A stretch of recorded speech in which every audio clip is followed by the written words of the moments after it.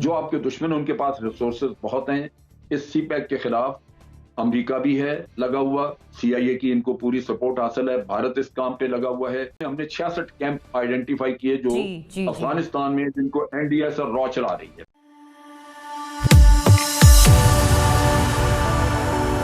जय हिंद दोस्तों, मोदी देश में आपका स्वागत है।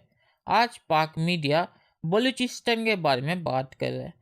आपको पता होगा कि बलूचिस्तान में हज़ारा कम्युनिटी को टारगेट किया गया है और पाकिस्तान में हज़ारा पर हमला कोई नई चीज़ नहीं है। पाकिस्तान में बहुत सालों से ये चीज़ हो रही है और बहुत सालों से इसकी कमी आई थी पर ये रुकी नहीं थी। तो इस हमले की जिम्मेदारी आईसिस ने ली है और इसके बाद ही पाक मीडिया इस पर बात कर रहा है। पाकिस्तानी मीडिया ये कह रहा है कि इसके पीछे भी भारत का हाथ है और बलूचिस्तान में जो भी हो रहा है उसके पीछे भारत है, क्योंकि सी पैक बलूचिस्तान से जाती है और भारत इसे खराब करना चाहता है और भारत इसीलिए हज़ारा कम्युनिटी को टारगेट कर रहा है, जो पूरा झूठा है। जिन्होंने ये हमला किया है उन्होंने इसकी जिम्मेदारी ले ली है, पर पाकिस्तानी मीडिया वो नहीं कह रहा। पाकिस्तानी मीडिया हर चीज़ में भारत का नाम लेता है। तो चलिए और इंतज़ार ना करके ये वीडियो देखते हैं। जनरल साहब, आपकी तरफ आऊंगी, आपसे आगाज करूंगी। सबसे पहले, क्या ऐसा किया जा सकता है, कौन से ऐसे स्टेप्स हों कि जिनको लेकर हम बलूचिस्तान में बिलखुसूस दहशतगर्दों की मज़मूम कार्रवाइयों को नाकाम बना सकें? हमें करना क्या होगा?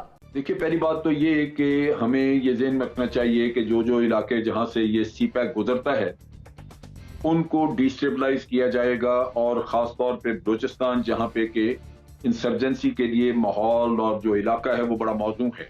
और फिर अगर आप देखिए कि अगर आपके साथ इस तरह के जैसे भी अख्तर मैंगल है और लोग हैं जिनकी अपनी फैमिलीज इस काम पे लगी हुई हैं, वो भी शामिल हों, तो वो दोनों तरफ खेल रहे होते हैं विकेट के कि उनको अंदर की भी खबरें हैं। ये अख्तर मैंगल वही हैं जिन्होंने दो लोग इनके इंटेलिजेंस के अगवा करके अपने घर में बंद किए रखे, और फिर जब उनको निकलवाया गया तो बहरहाल हुकूमत ने मेहरबानी करके इनको छोड़ दिया, वरना तो इन पर मुकदमा होना चाहिए था। तो ये और फिर बहुत सारे और लोग जो कि रिलाई करते हैं अफगानों के ऊपर, जिनको इन्होंने लेके दिए हुए हैं पाकिस्तानी ID कार्ड, और उनको एज वोटर इस्तेमाल करते हैं, खास तौर पे जो अचकजई साहब का इलाका है, तो उनका आना जाना फ्री है। सो आप जितना जी चाहे बॉर्डर की मैनेजमेंट कर लें। फिर आप अफगानियों को खुश करने के लिए आप कहते हैं अच्छा जी ठीक है, हम बॉर्डर के साथ मंडियां खोल देते हैं, क्रॉसिंग पॉइंट 2 थे हम आप कुछ 6 कर देते हैं। ये सारी चीजें आज के माहौल के मुताबिक नहीं हैं। जो आपके दुश्मन उनके पास रिसोर्सेज बहुत हैं। इस सी पैक के खिलाफ अमेरिका भी है लगा हुआ, CIA की इनको पूरी सपोर्ट हासिल है, भारत इस काम पे लगा हुआ है, और खलीजी रियासतें भी बाज हैं जिनको खतरा है कि अगर ग्वादर डेवलप कर गया तो उनका कारोबार मारा जाएगा। अब हमने डोजियर दिया था जिसमें हमने 66 कैंप आइडेंटिफाई किए जो अफगानिस्तान में जिनको NDS और रॉ चला रही है। क्या हमने बात की अफगानिस्तान से कि जनाब हम आपके अमन के लिए तो बड़े ख्वाहिशमंद हैं, कोशिश कर रहे हैं, लेकिन हमने पहले अपने मुल्क में अमन लाना है, तो उसके बारे में जरा उनसे सवाल पूछा जाए और उनको कन्फ्रंट किया जाए? वो भी हमने नहीं किया। हमारी पॉलिसी अफगानिस्तान के साथ खासी नरम है। वो क्यों है, थोड़ी बहुत तो वजह समझ आती है, लेकिन भरसूरत जहां आपके लोग मारे जा रहे हों वहां पे एक स्टांस आपको मजबूत लेना होगा। इसके साथ साथ ये है कि जब हमें ये अंदाजा है कि बलूचिस्तान में ये चीज बढ़ रही है, तो फिर बलूचिस्तान में सिक्योरिटी सेटअप जो है उसको भी एक्सपेंड करने की जरूरत है, आपको इंटेलिजेंस नेटवर्क, क्योंकि ये मुश्किल होता है कि इतने बड़े सूबे, इतने बड़े इलाके को आप हर चप्पे को, हर जगह को आप डिफेंड कर सकें, उसको मॉनिटर कर सकें, वो मुश्किल होता है। क्योंकि दहशतगर्द के लिए तो पूरा बलूचिस्तान उसके हवाले है कि वो कहीं भी निहत्थे लोगों को देख के तो गोली चला सकता है, उन पे उनको मार सकता है। हजारे बेचारे अपनी शक्ल से पहचाने जाते हैं, इसलिए वो आसान टारगेट हैं, वरना ये नहीं कि वो उन्हीं पे किसी ने जाके तो दहशतगर्दी करनी है। नासिर चौथाई साहब, बलूचिस्तान का अमन हमारे लिए हमेशा से ही एक हसास मामला रहा है। जिस डोजियर का जिक्र अभी जनरल साहब ने किया, उसी डोजियर में ये भी कहा गया था कि दहशतगर्द सी पैक को सबताश करना चाहते हैं। फिर स्ट्रेटेजी होनी क्या चाहिए, ये जानते हुए कि बलूचिस्तान हमारे लिए कितना हसास सूबा है? अरे मैम, बहुत बातें करते हैं, मैं हसास है, बहुत हमारा दिल है, हमारी आंखें, हमारी आंखों का नूर है, हम उसके लिए काम नहीं करते। जब उसकी आंखें कमज़ोर होती हैं तो हम उसकी आंखों का टेस्ट नहीं कराते। जब टेस्ट कराते हैं तो उसका इलाज ही नहीं करते। इलाज के बहाने हम बहुत बातें करते हैं। हम कहते हैं हमने पैकेज दे दिया, हमने 400 अरब रुपए सालाना दिया, फिर उसका हिसाब मांगते हैं फवाद चौधरी साहब कि 400 अरब रुपए माना सालाना कहाँ गया, तो वो उसका हिसाब भी मांगते हैं। तो अब वो हिसाब देना चाहिए मौजूदा हुकूमत को। 2 साल 2.5 साल इसको हो गए हैं कि 1000 अरब रुपए कहाँ तक कहाँ चले गए। अब बात रही मच की, मच नया वाक़या नहीं है, कोई नया वाक़या नहीं है। पूरा साल ये वाक़या होता रहता है। इसी तरह सड़कें जाम होती हैं, इसी तरह मैयतें सड़कों पर रखी जाती हैं, फिर इसी तरह वज़ीर आज़म के हुक्म पर, कोई साहब खुद नहीं जाते, वो वज़ीर दाखिला साहब वज़ीर आज़म के हुक्म पर खुसूसी जहाज़ लेकर रवाना होते, फिर उनसे बातें करते हैं, उन्हें यकीन दिलाते कि अब नहीं होगा, आइंदा नहीं होगा, और मामला हल हो जाते हैं। चीफ मिनिस्टर कहता है सिक्योरिटी लैप्स नहीं है, तो फिर क्या हुआ? बताए ना हमको यार, कि अगर सिक्योरिटी लैप्स नहीं था ये, तो फिर क्या था? क्या वो पिकनिक पर आए थे, आपने उनको आने दिया था? क्या आपने उनको शनाख्ती कार्ड जारी किए कि आओ हमारे मच के गरीब लोगों को उठा के ले जाओ, मार दो, जिसको चाहो मार दो? तो सिक्योरिटी लैप्स भी था। बात क्या है? मुजम्मिल साहब, क्या होनी चाहिए फिर काउंटर स्ट्रेटजी? वही सवाल है, उसी पर हम बात कर रहे हैं। जिस तरह दहशतगर्दी सर दोबारा उठा रही है, उसमें नेशनल एक्शन प्लान के साथ साथ मिलिट्री कोर्ट्स का रिवाइवल बहुत ज़रूरी है।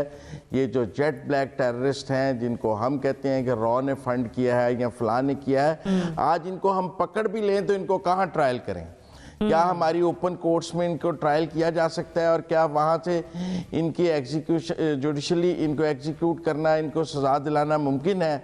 हमारा जुडिशल सिस्टम इतना मजबूत है कि हम दहशतगर्दों को सज़ाएं दे सकें? वहाँ तो सब बरी हो जाते हैं अदम सबूत की बुनियाद पर। डैनियल पर्ल के कातलों का मुकदमा हमारे सामने मौजूद है। इसके लिए मैं समझता हूँ कि बहुत जल्दी से हुकूमत वक्त को अपोजिशन के साथ बैठ के इदारों को दोबारा मिलिट्री कोर्ट्स की जानिब सोचना चाहिए, और जो रूल्स ऑफ द गेम तय हुए थे कि इस किस्म के वाक़यात के जो मुल्ज़मान हैं उनके मुकदमात मिलिट्री कोर्ट्स में जाएंगे और वहीं उनकी अपीलें होंगी और उन्हें सज़ाएं दी जाएंगी, हमें वो 2 साल अभी मज़ीद ज़रूरत है। बेशक सनसेट क्लॉज के साथ ही लाएं, लेकिन उसको वापस लेके आएं। चले दोस्तों, इस वीडियो पे बात करते हैं।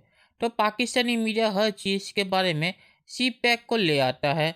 बलूचिस्तान से सी पैक गुजरता है, ये ठीक है, पर हज़ारा कम्युनिटी पर हमला सी पैक से पहले भी होता था, और इसका रिश्ता किससे है ये पाकिस्तानी आर्मी को अच्छी तरह से पता है। तो पाकिस्तानी जनरल जो कह रहे हैं कि इसका रिश्ता सी पैक से है और सी पैक की वजह से ये चीज़ें हो रही है, ये गलत बात है, क्योंकि हज़ारा कम्युनिटी पर हमला पहले भी होता था, और ये पहले कराची में ज़्यादा होता था, और कराची से तो सी पैक नहीं गुजरता, तो कराची में ये चीज़ क्यों हो रही थी?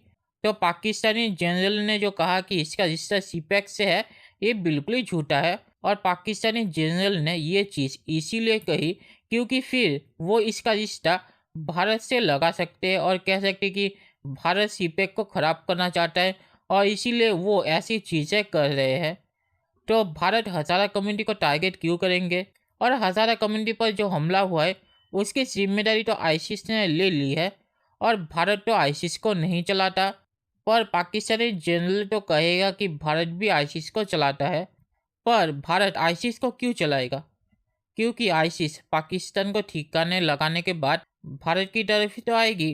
तो भारत क्या इतना बेवकूफ़ है कि जो उन पे हमला करेंगे फ्यूचर में उन्हें वो पैसा देगा?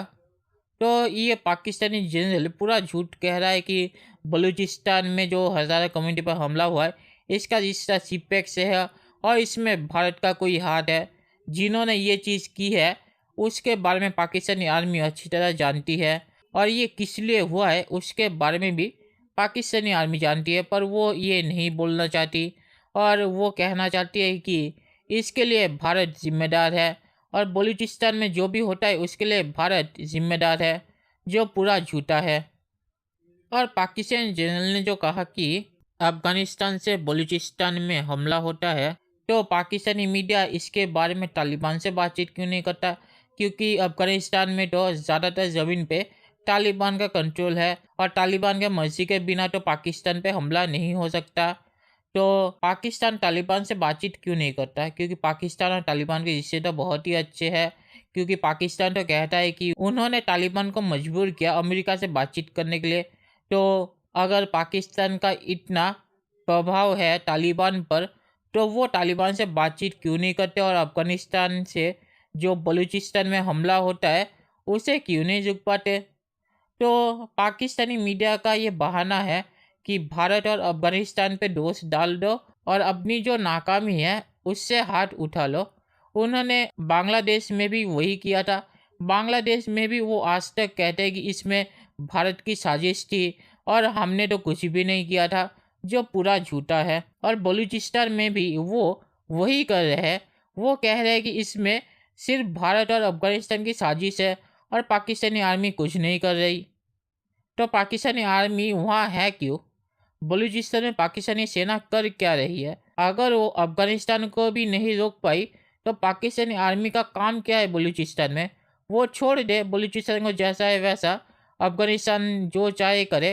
तब पाकिस्तानी सेना कह सकती है कि हमारी कोई जिम्मेदारी नहीं है बलूचिस्तान में। पाकिस्तानी सेना बलूचिस्तान में है तो उनका काम है ये सब रोकना। पाकिस्तानी आर्मी एक तरफ से ये कहती है कि वो भारत को आसानी से हरा सकती है और दूसरी तरफ कहती है कि भारत तो हमारे खिलाफ साजिश कर रहा है और हम कुछ भी नहीं कर सकते। तो ये सब पाकिस्तानी आर्मी का झूठ है और पाकिस्तानी जनरल जो ये चीज़ कह रहा है यहाँ पे, ये वही चीज़ है कि ये सब भारत और अफगानिस्तान की साजिश है और हम कुछ नहीं कर सकते। और पाकिस्तानी जनरल ने जो कहा है कि बलूचिस्तान में आर्मी की जो तादाद है उसे बढ़ाना पड़ेगा, तो आर्मी की तादाद तो बलूचिस्तान में डबल हो गई है। तो पाकिस्तानी जनरल और कितना चाहते हैं कि पाकिस्तानी सेना बलूचिस्तान में रहे? अगर इतना ही ज़रूरी है तो बलूचिस्तान के हर कोने में एक पाकिस्तानी सेना का बंदा रख दो। उसके बाद भी हमला होने पर पाकिस्तानी आर्मी कहेगी कि हमें और लोग चाहिए बलूचिस्तान में। तो पाकिस्तानी आर्मी अगर नालायक है तो कितने भी लोग रख दो बलूचिस्तान में, कोई फ़ायदा नहीं है। तो आखिर में मैं ये कहूँगा कि बलूचिस्तान में जो कुछ हो रहा है उसकी असली वजह क्या है ये सबको पता है। बलूचिस्तान में पाकिस्तानी सेना क्या करती है ये सबको पता है। तो उसी वजह से बलूचिस्तान में ज़्यादातर हमले होते हैं। हज़ारा कम्युनिटी को टारगेट BLA नहीं करती, BLA पाकिस्तानी सेना को टारगेट करती है। और हज़ारा कम्युनिटी पर हमला किस लिए हुआ है ये पाकिस्तानी सेना को पता है। और पाकिस्तानी सेना भारत का नाम सिर्फ लोगों को भटकाने के लिए ले रही है। और भारत जो BLA को समर्थन करता है वो भी उनकी आज़ादी के लिए समर्थन करता है। उन्होंने कभी भी BLA के किसी भी हमले को समर्थन नहीं किया है। तो पाकिस्तानी सेना जो लोगों को भटकाना चाहती है कि इसके पीछे भारत का हाथ है, ये पूरा झूठा है। क्योंकि हज़ारा कम्युनिटी को पहले भी टारगेट किया जाता था। कराची में ये बहुत सालों से होता था और कुछ सालों से ये कम हो गया था, रुका नहीं था। तो पाकिस्तानी सेना ने अगर सच नहीं कहा तो ये चीज़ फिर से शुरू हो जाएगी। तो चलिए देखते हैं कि फ्यूचर में क्या होता है। दोस्तों ये वीडियो देखने के लिए बहुत बहुत शुक्रिया और हमारे चैनल को सब्सक्राइब करना मत भूलिएगा। Thank you very much.